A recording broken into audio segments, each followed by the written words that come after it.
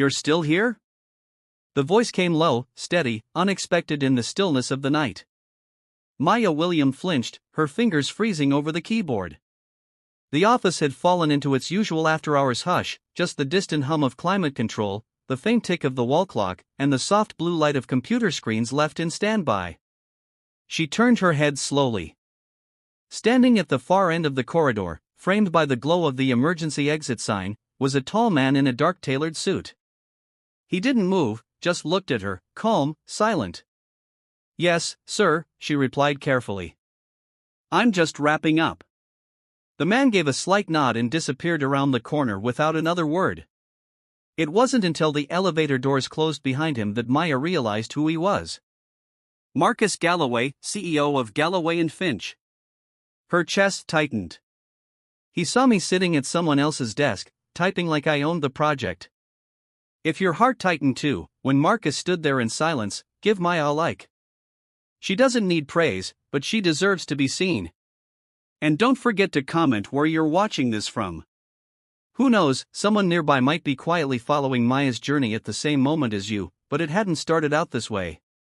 Just a few hours earlier, she'd been packing up her things, laptop in her tote, earbuds coiled, coat already over her arm when she heard the sharp clatter of a chair against the floor. She glanced down the hall and saw Cameron Lewis, junior associate in the brand team, hunched over his desk like someone had punched the air out of him. His face was pale, his eyes locked on the flickering screen in front of him. "No, no, no." "What the hell?" he muttered, gripping the edge of his desk. Maya hesitated. She didn't know him well. He'd only spoken to her maybe twice since she started the internship program 6 weeks ago.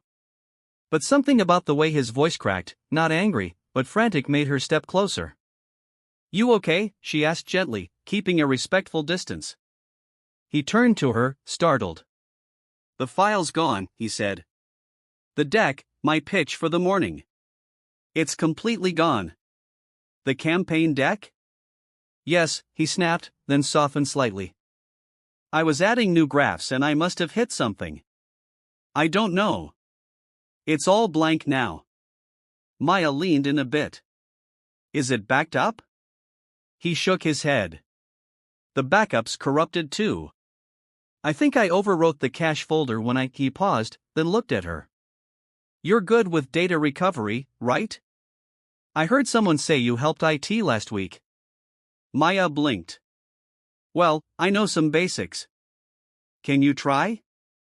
"I can't stay. I have to get home and prep the oral part. Just see what you can do." And before she could respond, he was already pulling on his coat, muttering something about having dinner with his fiancée and needing at least a few hours of sleep. Maya stood there, stunned, as Cameron shoved a USB into her hand and left her with a mess that wasn't hers. It wasn't her campaign, not her department, not even her building past 9 p.m. But now she was here, sleeves rolled up, trying to recover his file from system temp folders and autosave logs alone. Her stomach grumbled. She hadn't eaten since lunch. Her eyes were heavy, but her hands kept working out of some strange, quiet resolve. Not because Cameron deserved it, because she did. Because walking away felt like giving in to a system that already expected her to vanish. Around 10:30 p.m., she finally located a partial backup. With some reconstruction and design fixes, it could work. Not great, but passable. She reformatted the charts, adjusted the fonts, corrected the slide numbers, and even inserted placeholder visuals for the missing assets. She was almost done when she felt that sense of being watched. And then the voice, "You're still here." Marcus Galloway hadn't raised his tone. Hadn't looked angry or surprised, just observant, studying her like she was a detail in his own building he'd never noticed before. Now the break room was empty again. The click of her laptop keys the only sound left. Maya exhaled. She saved the file, slipped the USB into a folder labeled Cameron Final, and leaned back. She could have gone home. Could have walked away the moment he left. But she hadn't. Not because anyone told her to, because something inside her refused to let something so carelessly broken stay that way. Somewhere above, maybe on the 21st floor, where the executive offices glowed in blue-white silence, a man in a suit had seen the same thing, and for once she hoped he remembered. The morning sun slid across the glass facade of Galloway and Finch, casting golden lines along the carpeted hallway as the office slowly stirred to life. But Cameron Lewis had arrived even earlier than usual. His coat was perfectly pressed, his gait light and casual as he moved past reception with a coffee in hand and a Bluetooth earpiece tucked in his right ear. His smile carried no trace of last night's panic. Maya William, sitting 2 rows down in the digital strategy bay, noticed his arrival from the corner of her eye. He didn't glance her way, didn't pause, didn't say a word, no nod, no thanks, nothing. He walked straight to the executive conference room at the end of the corridor where the morning's pitch to the leadership team was about to begin. Maya sat motionless for a moment, watching him disappear through the frosted glass doors. She lowered her eyes back to her screen, the gentle hum of email notifications barely registering in her ears. Her own coffee sat untouched, lukewarm by now. A quiet symbol of the night she'd traded for someone else's credit. The deck she had stayed to repair, the graphs she recreated from memory, the branding adjustments she refined at 11:45 p.m., the slide transitions she softened so they feel seamless was being presented right now as if it had been his work all along. A few minutes passed, then 10, then 15. Inside the glass room, laughter rippled, a voice clapped, then another. Cameron stood near the monitor, gesturing confidently at a slide Mia recognized instantly. The color scheme, the layout. She even remembered retyping the title, Momentum through Message Clarity, because Cameron's original had read, Move Forward by Talking Straight. Through the glass, Maya could see heads nodding. A woman near the end of the table leaned in to say something. Another executive made a circular motion with his hand as if to say, keep it going. Then Marcus Galloway entered the room. He didn't sit. He stood in the back, arms folded, listening, watching from her desk. Maya froze. That same electric presence from last night, silent observance seemed to fill the room, even without a word spoken. Her breath caught for a moment. She leaned back in her chair. She thought about the USB drive, the long hours, the way Cameron had walked out with barely a sentence, leaving her to sweep up the wreckage. And now he was in there glowing under fluorescent lights, soaking in praise that didn't belong to him alone. But Maya wasn't angry. Not exactly. She was used to being invisible. Expected to do more, be more with less. Interns, especially interns who looked like her, weren't expected to leave fingerprints. They were expected to erase them. Inside the conference room, applause broke out. Light, polite. But the deck had been approved. Cameron smiled, collected his laptop, and shook hands with one of the board members. His step quickened with satisfaction as he left the room. Only one person didn't clap. Marcus Galloway stood still in the corner. His eyes hadn't left the final slide on the screen, one Maya had added in the very last minute just before shutting down her computer at nearly midnight. It was a small detail, a quote, white on soft blue, nestled between the logo and the closing message. Clarity is earned through effort, not volume. She hadn't told anyone it was hers. It wasn't flashy, just honest. Marcus' eyes narrowed slightly. Then, as the executives began to filter out, chatting lightly, he stepped forward toward the laptop, still plugged into the wall. He tapped a few keys, checked the metadata. The system timestamp showed it had been last modified at 11:57 p.m., not Cameron's style, and Marcus Galloway knew that. He turned, peering out through the glass wall toward the workstations below. He scanned the floor until his eyes landed on Maya. She wasn't looking at him. She was typing, focused, controlled, pretending none of this had anything to do with her. But Marcus didn't look away. He saw her, and he remembered what he'd seen the night before, the empty hallway, the flicker of a screen, the way her shoulders hunched as she leaned forward, not for praise, but for purpose. He didn't call her name, didn't send a message, but as he turned from the room, something in his expression had shifted. A quiet recognition, a stored thought. Later that morning, as Maya refilled her tea in the break room, Cameron strolled by chatting on the phone about how clean the flow of the deck felt and how the client team was going to love the updated metrics.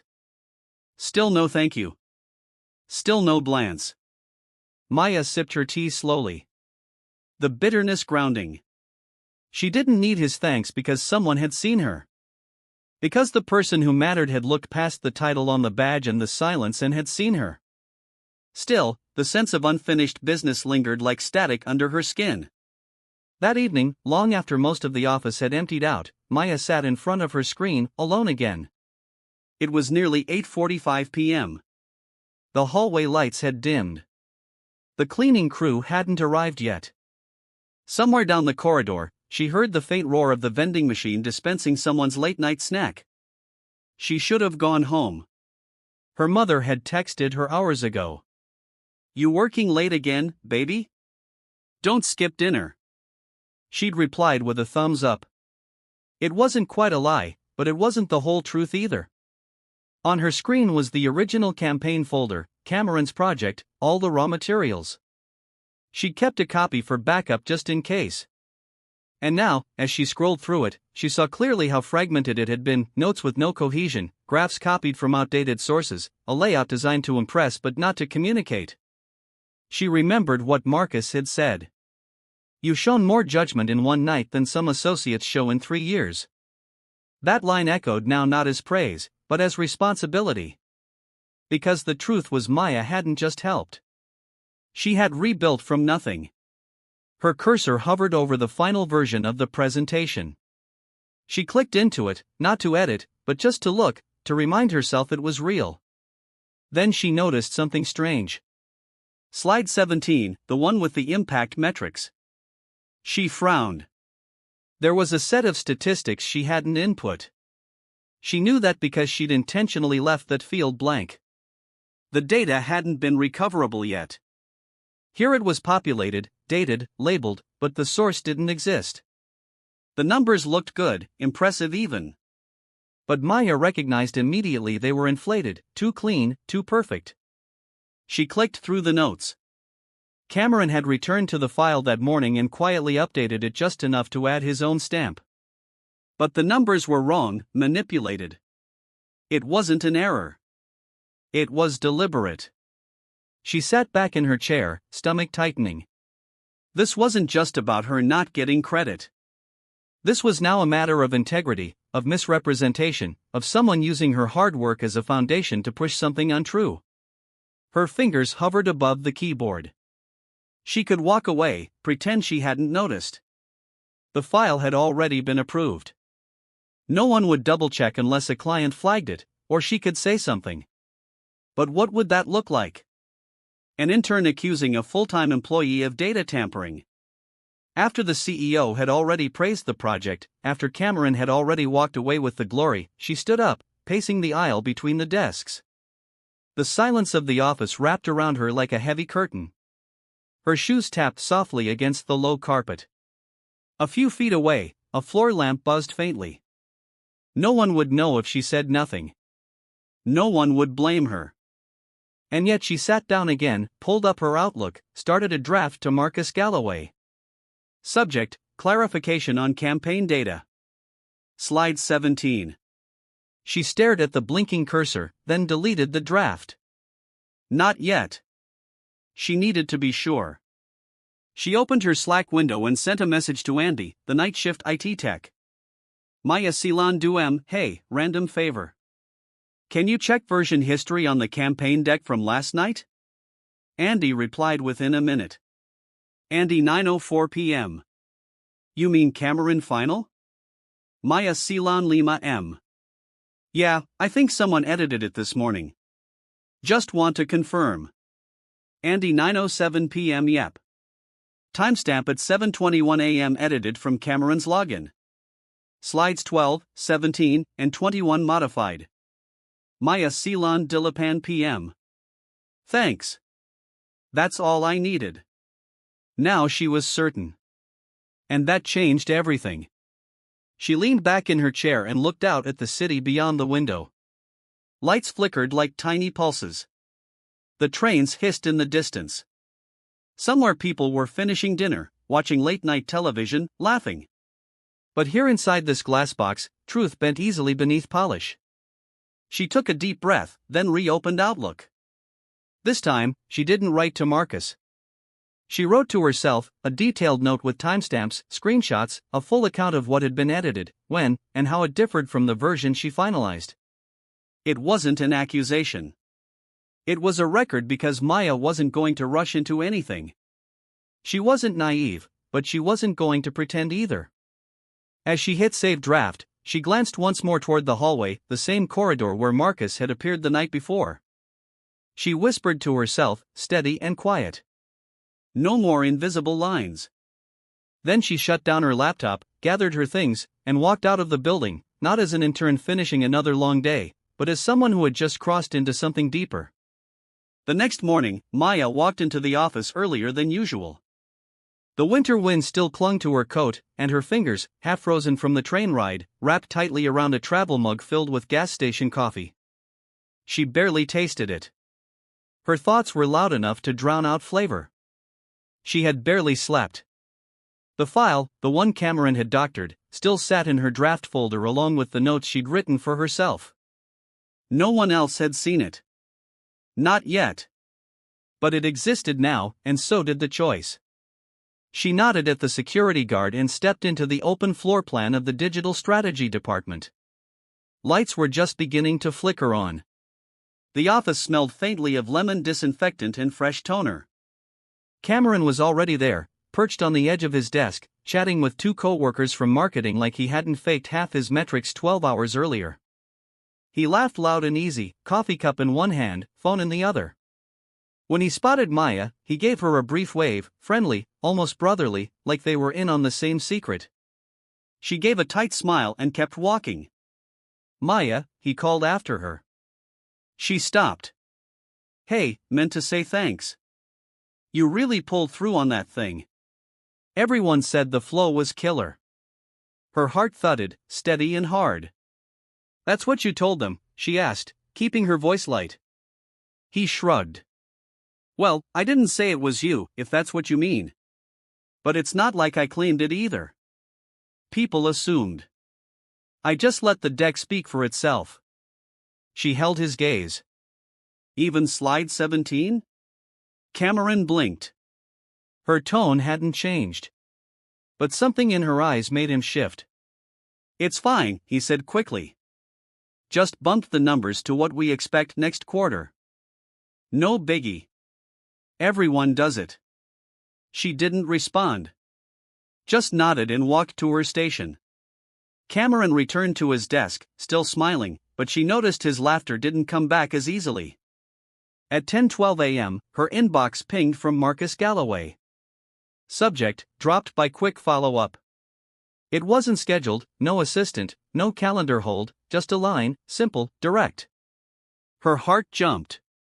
She stood, brushed invisible lint from her blazer, and walked toward the elevator with legs that felt both numb and too light. The ride to the 21st floor was quiet, her reflection in the polished chrome doors looking older than it had 2 weeks ago. When she stepped into Marcus's office, he was again standing by the window, back to the door. She waited. After a moment, he turned, expression unreadable. Maya, yes, sir. I wanted to check in on something. Not official, just curiosity. She tilted her head slightly. He walked to the side table, picked up a folder, and opened it. Inside was a printed version of the campaign deck again. Only this time, a post-it note was attached to slide 17. Projected numbers, he said. I asked finance to verify them. They couldn't, at least not with current data. Maya felt her throat tighten. I went back to the metadata, Marcus continued. Just to be thorough. Slide 17 was updated at 7:21 a.m. the morning of the pitch. He looked up. That wasn't you, was it? No, sir. He waited quietly, offering her a moment. She took a breath. I finalized the deck just before midnight. What was there then wasn't what was shown in the meeting, which means someone else changed it. He didn't press, didn't ask who. Didn't need to. I see, he said simply. He closed the folder and set it aside. Then, did you plan on telling me? She hesitated. I wanted to be sure that it wasn't a mistake, that I wasn't just overreacting. Marcus sat across from her, elbows resting lightly on his knees. "Let me tell you what I saw," he said. "I saw an intern stay late to fix a project that someone else abandoned. I saw that same intern show discretion when things got complicated. And now I'm watching her choose again between comfort and integrity." He leaned back. "I don't expect interns to be perfect, but I do notice who acts like they already understand what leadership looks like." "I'm not here to ask you to throw someone under the bus," he said. "That's not how we build anything that lasts. But I do want to ask you one thing." She waited. "If this were your campaign," he said gently, "if your name had been on that deck, would you have let those numbers go through?" Her answer came without hesitation. "No." He nodded once. "Then maybe it's time we find a way to make sure your name is on something." He stood, walked to his desk, and picked up another file. "I've spoken to HR. There's an opening in our internal development rotation. It's fast-track, cross-departmental, meant for high-potential candidates." He offered the folder across the desk. "I'd like you to consider applying officially." Maya didn't reach for it right away. "But what about Cameron?" she asked softly. Marcus gave a long pause. "Then people like him eventually hit ceilings of their own making. My concern isn't punishing him.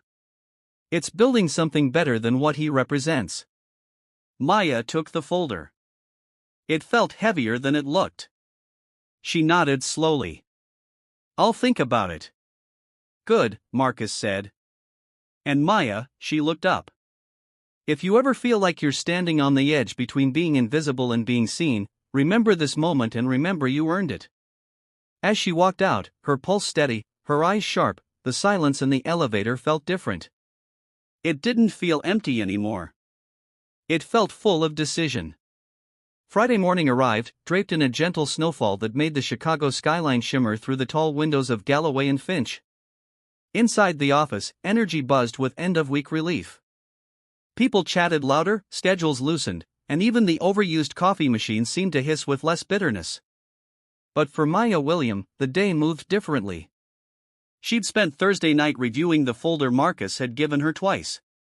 It outlined the expectations of the leadership rotation, rotating through departments, presenting to real clients, mentorship under a senior executive. The timeline was short. The pressure was real. It wasn't a ceremonial offer. It was an open door. But Maya had been at enough doors in her life to know that not every invitation was sincere. She'd filled out the application anyway. Now, as the office filled with the sounds of typing and phones ringing, Mia sat quietly at her desk, checking her calendar when a surprising event notification popped up. Quarterly All-Staff Town Hall, 10 a.m., 17th floor auditorium. She blinked. No one had mentioned a town hall. Usually, they were scheduled weeks in advance, a mandatory appearance. Most people endured them with forced smiles and coffee in hand, waiting for metrics and product updates to be recited by VPs in tailored suits. But this one felt different. Last minute, unexpected. By 9:55, the elevators were packed. Maya stood near the back, wedged between two managers from finance whispering about client budgets. As the doors opened onto the 17th floor, a familiar hum filled the air, projectors warming up, chairs being straightened, a murmur of voices that quieted once people began to take their seats. Marcus Galloway stood off to the side of the stage, no slides behind him, just a single wooden stool and a small wireless mic resting in his hand. Maya took a seat in the back row, unsure why her pulse quickened. She wasn't sure what she was expecting, but not this. At exactly 10 a.m., Marcus stepped to the center of the stage. No PowerPoint, no preamble. "Good morning," he said.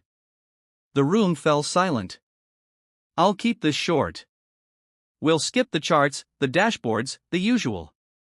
A small ripple of laughter moved through the room. "Today," he continued, "I want to talk about something that doesn't fit into a spreadsheet.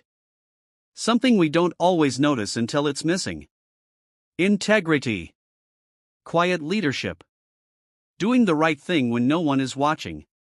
Maya's fingers curled lightly in her lap. He paused, scanning the crowd. Earlier this week, he said, a critical campaign presentation was delivered to the leadership board. Most of you heard it was a success, that the metrics were promising, that the structure was clean. A few people nodded. Cameron, 3 rows up, shifted slightly in his chair. But what you didn't hear, Marcus continued, is who built that presentation. Who stayed late after everyone else had gone home, who pieced it back together after it had been mishandled. Cameron sat up straighter. Maya sat still, her breath caught mid-chest. Marcus turned slightly, eyes searching. And then he found her. In a company this large, it's easy to miss the people holding it together behind the scenes, he said. But not this time. Maya William, he said, his voice calm but firm. Would you join me up here? The room stilled, every head turned. Maya froze for a second, unsure if she'd heard right. Then she stood, legs suddenly uncertain beneath her. She made her way toward the front, her heart thudding with each step. People whispered as she passed, some in curiosity, some in surprise. Marcus reached out a hand to help her onto the stage. This, he said, gesturing to her, is what quiet excellence looks like. For her judgment, initiative, and integrity, Marcus continued, I'm proud to announce that Maya has been officially selected for our internal leadership rotation program. Effective immediately, the room broke into applause, but it wasn't the polite, obligatory kind. It started small then grew, real, respectful, and for the first time since joining the company, Maya didn't feel like a footnote. She felt seen. As the clapping subsided, Marcus spoke once more. This company cannot grow on titles alone. It grows on action, on character. And Maya reminded us of that this week. He turned to her. Congratulations. She nodded, her voice caught in her throat. Thank you. As she stepped down from the stage, people stopped her. A handshake here, a quiet smile there. A manager from client relations leaned in and said, Been a while since someone earned this the right way. Cameron didn't speak to her as she walked past him. He didn't need to. His silence said enough. Back at her desk, Maya set the folder down, now with her name officially printed inside. She sat staring at the screen, the moment echoing inside her like a bell. She hadn't asked for recognition. She'd earned it anyway. And somewhere deep in the quiet part of her spirit, something whispered, you belong here. Not because they let you in, but because you walked in and stayed. The Monday after the town hall felt different. It wasn't loud. There was no parade or dramatic shift. But Maya William could feel it in the quiet spaces. The way eyes lingered just a moment longer when she passed by. The way co-workers who used to glance through her now paused and nodded in acknowledgement. Even the receptionist, who had only ever said, badge, please, greeted her with a smile that reached her eyes. Respect had a weight to it. Not heavy like shame, not stiff like formality, but present, solid, earned. At her desk, the email threads looked the same. Brand briefs, scheduling, logistics, follow-ups, but now her name sat higher in the CC lines. Sometimes even in the two. Her Slack lit up more often, not with idle chatter, but real collaboration. People were starting to ask for her input, not just her effort. Still, Maya didn't let the sudden attention distract her. She knew how quickly the spotlight could turn. So, she kept her head down and did what she always did, showed up early, listened twice before speaking, and made sure her work was so tight no one could find a seam to pick at. By Wednesday, she had been officially assigned a rotation mentor, Colleen Marsh, the Director of Strategic Planning. Colleen had been with the company since the early 2000s and was known for her sharp eye, dry wit, and an uncanny ability to spot flaws in a 5-minute brief. Their first meeting took place in Colleen's glass-walled office on the 20th floor. As Maya stepped inside, she noticed the photo frames on the wall of Colleen at a gala shaking hands with someone who looked vaguely like a senator. Another of her in a hard hat on a construction site in Detroit. A small ceramic mug on her desk read, "Don't bring me problems. Bring me coffee." Colleen didn't waste time. "I read through your file," she said, closing her laptop. Impressive judgment under pressure. Not easy to earn Marcus' trust. He doesn't do sentiment. Maya offered a small smile. I'll be blunt. This rotation is real work. You'll have to navigate politics, pressure, and people who think interns should only fetch lattes. You ready for that? Maya nodded. Yes. Colleen studied her for a beat. Good. Because ready or not, it's already happening. Over the next few days, the effect of Maya's recognition began to spread in ways no announcement could have predicted. On Thursday, one of the janitors, Mr. Leonard, a gentleman in his 60s who always hummed Stevie Wonder songs while mopping, found a folded note on the counter of the 8th floor kitchen. It was from someone anonymous. A handwritten, "Thank you." Next to it sat a $15 gift card to a local diner and a post-it that read, "Because someone noticed." The morning crew and facilities started receiving fresh donuts once a week. No memo, no names, just a box waiting. In Maya's own department, things shifted too. A junior analyst named Tina, who had always been quiet, finally spoke up in a brainstorming meeting. When she suggested a completely new approach to a client's rebranding strategy, the room went silent. Normally, that would have been the end of it. But then Colleen looked at Maya and said, "What do you think, Maya?" "It's risky but smart," Maya replied. Colleen nodded. "Then we explore it." That moment cracked something open. Not just for Tina but for every quiet person in the room who'd been holding back. Even Cameron had changed, though not publicly. He avoided eye contact in group settings. Kept his comments short. But one afternoon, Maya found a sticky note on her monitor when she returned from lunch. "You didn't have to fix it, but you did. I won't forget that." See, it wasn't much, but it was something, and it meant more that he hadn't said it out loud, just left it there in silence where no one could twist it. Marcus, for his part, remained distant. He didn't hover or micromanage, but once in a passing hallway moment, he caught her eye and said simply, "Keep going." That was all, but for Maya, it was enough. The ripples kept spreading. By Friday, the HR department launched a new initiative called Echo, designed to spotlight behind-the-scenes contributions company-wide. Not based on titles, not nominations from executives, just peer-to-peer recognition, anonymous if desired, quiet but meaningful. And when asked about the inspiration behind the program, the HR director said, "Sometimes the smallest action reverberates the loudest." We were reminded of that last week. Maya heard the quote during lunch. She didn't smile, not outwardly, but inside something warmed. She remembered sitting alone weeks ago, patching together a broken campaign deck that didn't belong to her. She remembered the hallway lights, the scent of stale coffee, and the echo of silence. Now there were echoes of something else: dignity, community, visibility. That evening, as the office emptied and most people filtered into elevators or weekend plans, Maya stayed behind a few extra minutes. She walked down the quiet corridor toward the break room. The city blinked beyond the tall windows, snow still gently falling.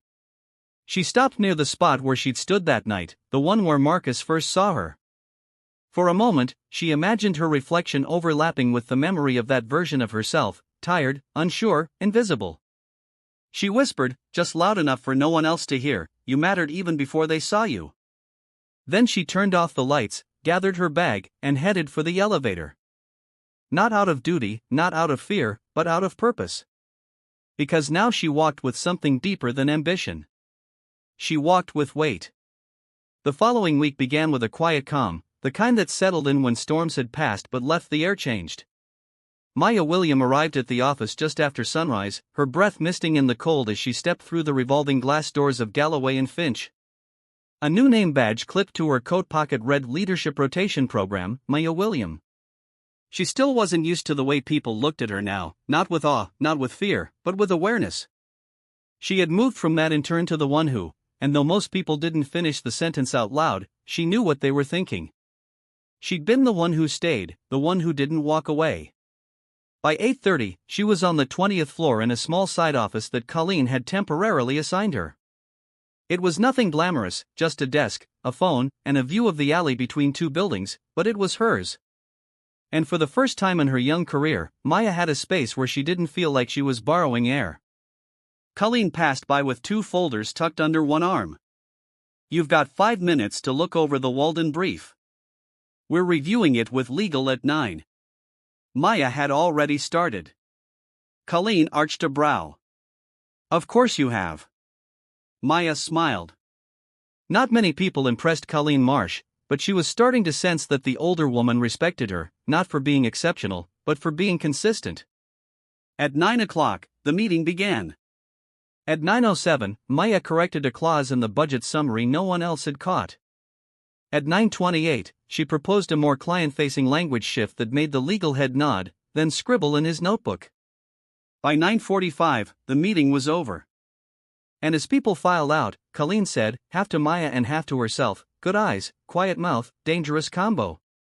Later that day, Maya received a message from Marcus' office. No subject, just a location. Conference room, 21st floor, 5 p.m. No instructions, no warning. When she arrived, the room was empty. Not sterile, just silent. The city stretched beyond the full-length windows, lights beginning to twinkle as dusk descended over Chicago. The skyline was soft against a steel-gray sky. Maya walked toward the glass instinctively, as if pulled by memory. This was the room. This was the view. The same one Marcus had stood before the night he saw her cleaning up someone else's mess. Long after the world had stopped paying attention, she let her hand rest lightly on the cold window pane. Behind her, the door opened. She turned. Marcus entered alone, coat draped over one arm, no assistant trailing behind. He nodded once in greeting and gestured to the chairs near the window. They both sat. "I wanted to ask you something off the record," he said, his voice quieter than usual. Maya waited. "Since the town hall, since everything that followed, have you felt the company changing?" She paused. "Yes." He studied her face. "For the better?" She nodded. "In ways that matter, and in ways that last," she thought a moment longer before answering. "That depends." "On what?" "On whether we protect the small things that got us here," she said. "Not just initiatives and memos, but moments, the kind no one's tracking." Marcus leaned back in his chair, thoughtful. "This building," he said slowly, "was designed with glass walls and open spaces to foster transparency. I used to believe that if people were seen, they'd act accordingly." He looked out the window. "But I've learned something else. Being seen isn't the same as being recognized. And real leadership, real character, it happens when no one's watching or when only one person is." Maya's eyes softened. "And sometimes that's enough." He looked at her then, really looked. "You've reminded this company of that. Not through a speech, but by showing up and showing what that looks like." She felt heat rise behind her eyes, but she didn't blink it away. "You started something," he continued. "We're calling it a ripple, but maybe it's more. HR has received nearly 24 internal nominations this week for unsung efforts. Things that never made a slide. People are paying attention to the quiet now, not just the loud." Maya smiled. "That was never just about me." "No," he agreed. "But you lit the match." They sat in companionable silence for a moment, the kind that didn't need to be filled. Then Marcus stood. "I'm heading out early tonight for once." Maya stood too. At the door, he paused. "One more thing." She tilted her head. "Don't ever think your story here ends with this rotation. I'm watching where it goes next. So are others." She nodded, her voice steady.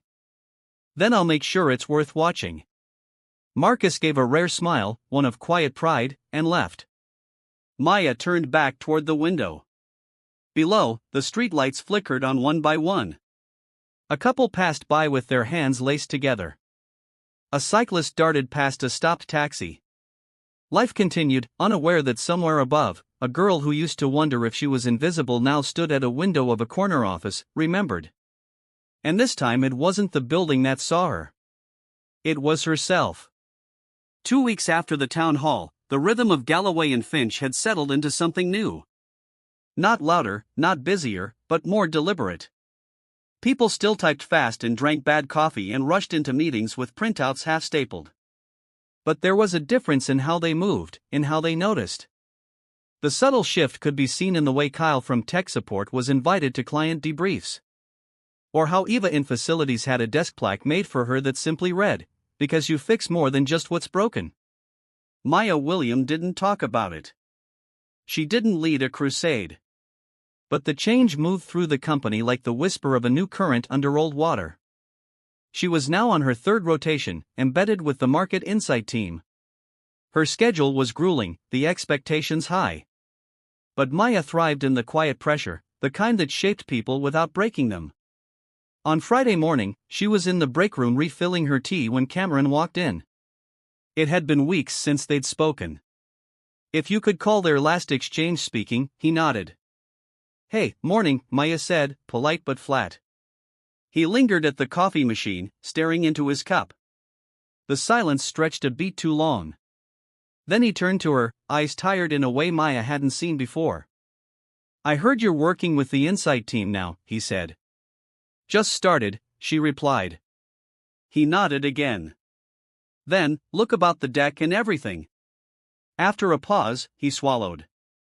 "You were right about the numbers, about the work." Maya said nothing. "I don't know why I let it happen that way," he continued. "Maybe I thought no one would care or that no one would notice." "You were half right. Most people wouldn't have," Maya said quietly. He flinched, but didn't disagree. "I've been doing a lot of thinking," he said, "trying to figure out what kind of person I want to be here, what kind of leader I could be, if I ever deserve that chance." Maya didn't soften, but she didn't walk away either. "Start with the next thing you're assigned," she said. "Finish it. Do it clean. Do it right. That's all any of us can do." He looked at her for a long moment, then gave a slow nod. "Thanks," he said, voice low. "For not torching me publicly." "I didn't do it for you," Maya replied. "I did it for the work." Cameron offered a faint smile, wounded but grateful, and left the room. Later that afternoon, Colleen dropped by Mia's desk, tossing a binder onto her keyboard. "Final challenge," she said. "Client pitch next Friday. You'll be leading." Maya blinked. "I thought I was observing." "You've observed enough," Colleen replied, already halfway back down the hall. "Now go make someone uncomfortable." Maya grinned. She stayed late that night, but not because she had to, because she wanted to get it right. As the sun dipped behind the skyline, casting long amber streaks through the 20th floor windows, she stood up and stretched. She looked out over the city and then she walked. Not down the elevator, but up to the 21st floor. The executive level was quiet.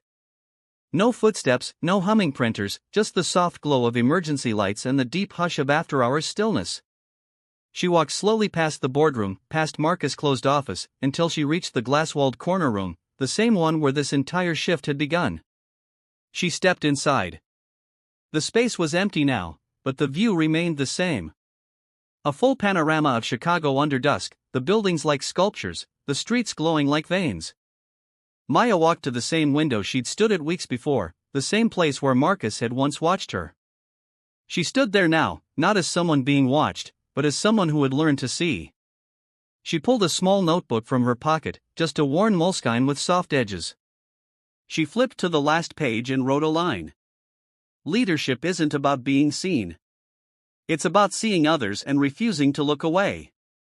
She tapped the pen once against the page. Then she looked out again, and for the first time since she stepped through the doors of this company, she didn't feel like a visitor. She felt like part of its frame. Downstairs, someone vacuumed a hallway. Somewhere, a night shift janitor straightened a stack of forgotten papers. Someone reloaded the paper in the printer. Quiet things, invisible things. But Maya knew better now. Those quiet footsteps weren't background noise. They were the foundation. She turned off the light, tucked the notebook away, and stepped back into the hallway.